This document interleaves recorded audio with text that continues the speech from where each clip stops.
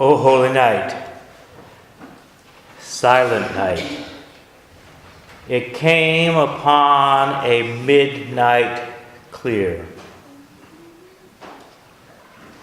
Holy night, sacred shadows, divine darkness.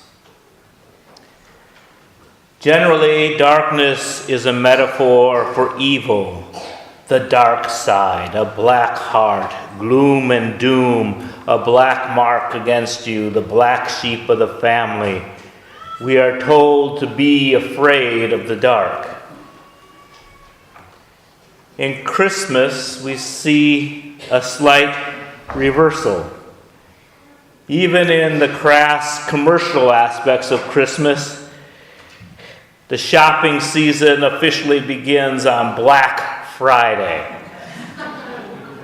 Now, it may be called Black Friday because of the danger of being trampled by greedy shoppers, but I have heard that it got its name from shopkeepers because the sales that day took their ledgers out of the red and into the black. Blackness, meaning profitability, is one of the few positive metaphors of darkness in our language. The idea, the meme that darkness is evil is harmful, and it disturbs our lives, and our lives out of balance. Our over-reliance on artificial light disrupts our natural sleep patterns. We stay up to see the late show, which our ancestors never evolved to do. We bleach nutrients from our rice and wheat so they look bright and white on the store shelves. Sunbathing causes cancer.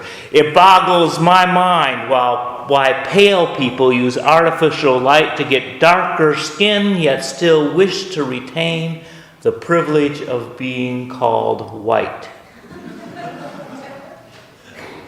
Darkness phobia translates into this nation's poor race relations. Biologically, all of us originally come from deepest, darkest Africa. But those who wear the darkness on their skin are treated as guilty until proven innocent. The InnocenceProject.org cites 325 exonerations through DNA and other methods since 1989. And 70% of those exonerated have been people of color. 20% of those had been sentenced to death before exoneration. Christmas and the solstice season gives us a chance to redefine darkness, the holy night. Darkness is a time of gestation, a common time for conception. The dark womb is a place of safety and growth. Pregnant with possibilities is the dark. The soil of the earth is dark, holding all the seeds, protecting them from winter until spring arrives.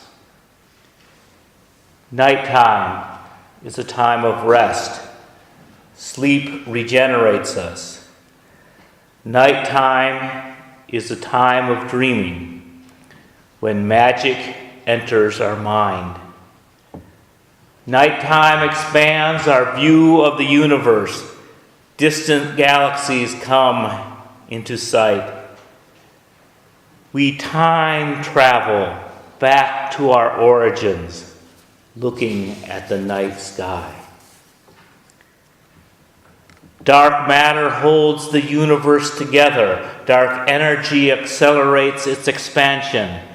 Physicists estimate that 95% of reality is dark and mysterious. The unknown can be a source of hope. When we are disappointed by the reality we see, we can remember there are more possibilities than we can imagine. And the child, said to be born under a star on that holy night so long ago, was not white. He was not pale and Scandinavian, as the picture in my church showed me as I grew up. The blonde-haired, blue-eyed baby Jesus is a fantasy of Northern Europeans. The people indigenous to the Middle East are brown-skinned. Had Jesus been white, his appearance certainly would have been noted by the gospel writers, because they would have written about how different he looked from everybody else. A dark child was born on a dark night to dark parents. It was a swarthy child wrapped in swaddling clothes. If Jesus is to return, he better descend straight from heaven, because he would probably be stopped and frisked at airports, looked at suspiciously as he walked down our streets. Be not afraid of the dark.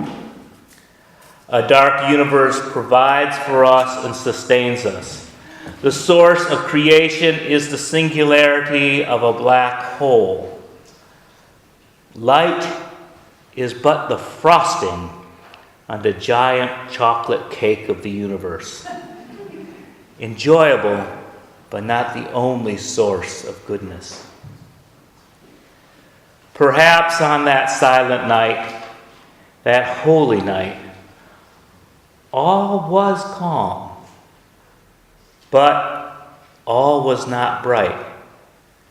The brown face of the child glowed in the starlight, and the stars were only visible because it was dark. Enter into the darkness of this holy night. Appreciate the stillness and the silence. Rest your weary mind. Dare to dream. Restore your body through healing sleep. Sleep and heavenly peace.